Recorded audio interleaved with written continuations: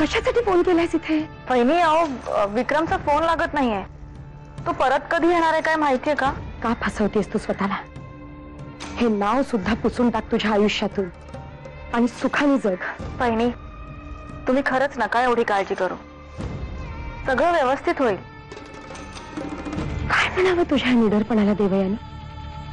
अगं तुला अजून कल्पना नाहीये तू कुणाशी लढतीयस. निवडणुका आहेत म्हणून शांत आहेत रणवीर राजे. पहिली त्यांच्या स्वभावाशी माझं काय घेणं देणं? देणी झालीयस का देव तू? हे बघ देवयानी, आम्ही पुन्हा पुन्हा विनंती करतोय तुला, तू इथे फोन करू नकोस. असं कुठलं भव्य दिव्य काम करते आपली मुलगी? एका मोठ्या कंपनीचं मॉडेलिंगचं कॉन्ट्रॅक्ट तिने साईन केलंय.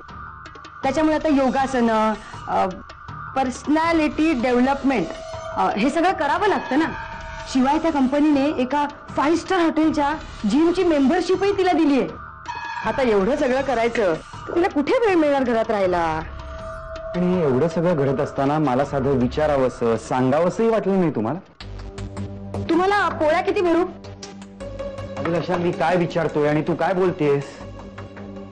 आता परत लेक्चर सुरू करू नका.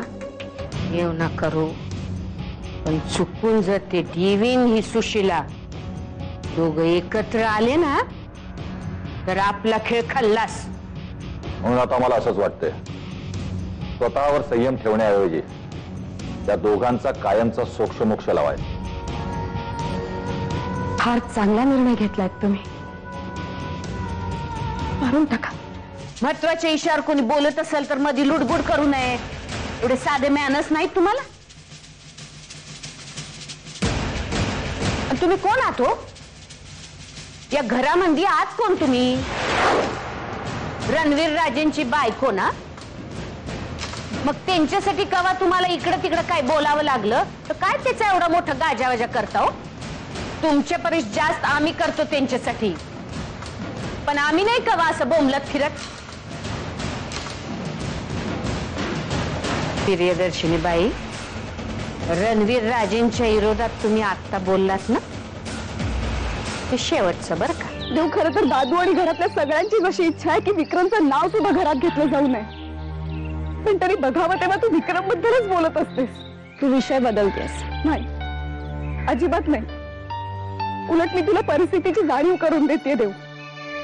राजने जे काही केलं त्याला तो नाही, परिस्थिती कारणीभूत होती. तुम्हाला जीत हवी असेल तर काय बी करायची तयारी ठेवावी लागते. तुम्ही म्हणता देवीने उद्या येऊन माफी मागितली तरी हे लगीन होणार नाही, पण आम्ही म्हणतो हे लगीन व्हावं म्हणून तुम्ही देवींची जाऊन माफी मागितली ना तरी काही हरकत नाही. बास मंगलाताई, तुम्ही आमच्याकडून फार अपेक्षा ठेवताय.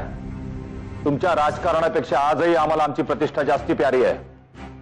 राहिला प्रश्न निवडणुकांचा, आम्हा राजे शिर्केंना पराभव पाहायची सवय नाहीये.